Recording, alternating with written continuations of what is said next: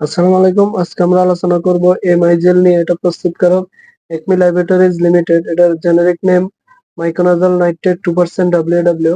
এটা 15 গ্রাম টিউবের দাম 75 টাকা, 30 গ্রাম টিউবের দাম 90 টাকা করে। নির্দেশনা: কি জন্য এমআই জেল ব্যবহার করা হয়? মুখে ঘা, জিহ্বায় ঘা, দাঁতের মাড়িতে ঘা চিকিৎসার জন্য ডাক্তারগণ দিয়ে থাকেন। এছাড়াও মুখ ও পরিপাকতন্ত্রীয় ক্যান্ডিডা জনিত সংক্রমণ চিকিৎসায়, মুখ ও পরিপাকতন্ত্রীয় ছত্রাক কলোনাইজেশন নির্মূলে, সুপার ইনফেকশন দায়ী গ্রাম পজিটিভ ব্যাকটেরিয়া নির্মূলে।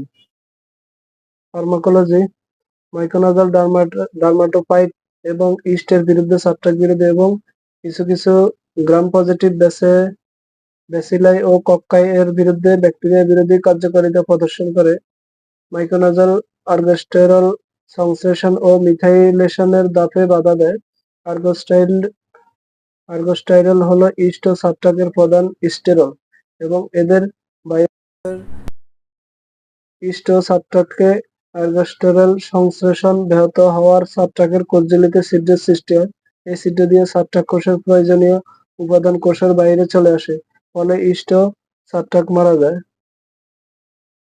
সেবনবিধি: মুখের ক্ষতের ক্ষেত্রে অল্প পরিমাণ মাইক্রোনাজল জেল পরিষ্কার আঙ্গুল দিয়ে দিনে 2 থেকে 4 বার সরাসরি সংক্রমিত স্থানে প্রয়োগ করতে হবে।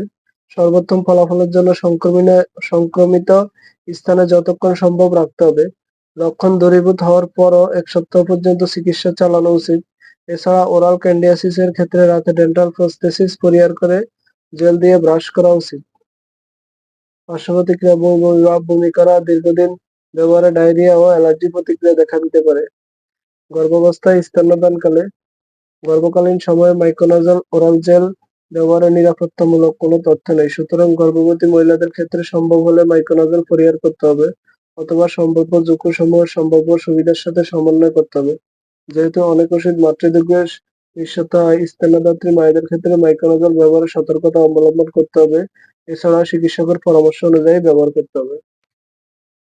থেরাপিউটিক্যাল ক্লাস: ওরাল অ্যান্টিফাঙ্গাল প্রিপারেশন সংরক্ষণ, আলো তাপ থেকে দূরে শুষ্ক স্থানে রাখুন, শিশুদের নাগালের বাইরে রাখুন।